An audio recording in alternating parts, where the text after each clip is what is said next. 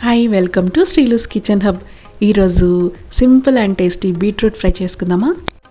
ముందుగా 2 స్పూన్లు ఆయిల్ వేసుకొని ఒక గుప్పెడు పల్లీలు వేసుకోండి. ఇందులో పల్లీలు చాలా బాగుంటాయి. మా బాబుకి పల్లీలు చాలా ఇష్టం, ఎక్కువ వేస్తే, అందుకే నేను కొంచెం ఎక్కువ వేసాను. అవి కొంచెం వేగిన తర్వాత శనగపప్పు వేసుకోండి.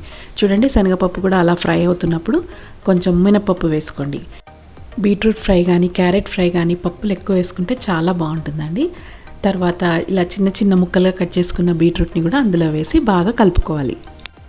తర్వాత ఒక మీడియం సైజు ఉల్లిపాయని సన్నగా కట్ చేసుకొని ఇలా వేసుకోండి.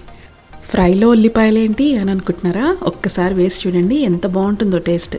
ఆ తర్వాత కొంచెం సాల్ట్ వేసి మూత పెట్టి సిమ్లో ఒక 10-15 మినిట్స్ ఉడకనివ్వండి. ఒక 50% ఉడకాలి. చూడండి, ఇలా సాఫ్ట్గా అయింది కదా. ఇప్పుడు మనం కొంచెం పసుపు వేసుకుందాం. ఇది మొత్తం బాగా కలుపుకొని మళ్ళీ మూత పెట్టి ఈ బీట్రూట్ మొత్తం 80% కుక్ అయ్యే వరకు కుక్ చేసుకోవాలి. దాని తర్వాత మీకు రుచికి సరిపడా కారం వేసుకోవాలి. నాకు 1 స్పూన్ పట్టింది.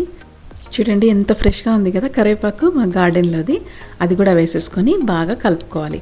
కరివేపాకు స్టార్టింగ్ ఆయిల్లో వేయొద్దండి, ఎందుకంటే మాడిపోతుంది. లాస్ట్కి వచ్చేవరకు మనకి కరివేపాకు అసలు కూడా కనిపించదు, ఎందుకంటే బీట్రూట్ ఫ్రై అవ్వడానికి చాలా టైం తీసుకుంటుంది కదా.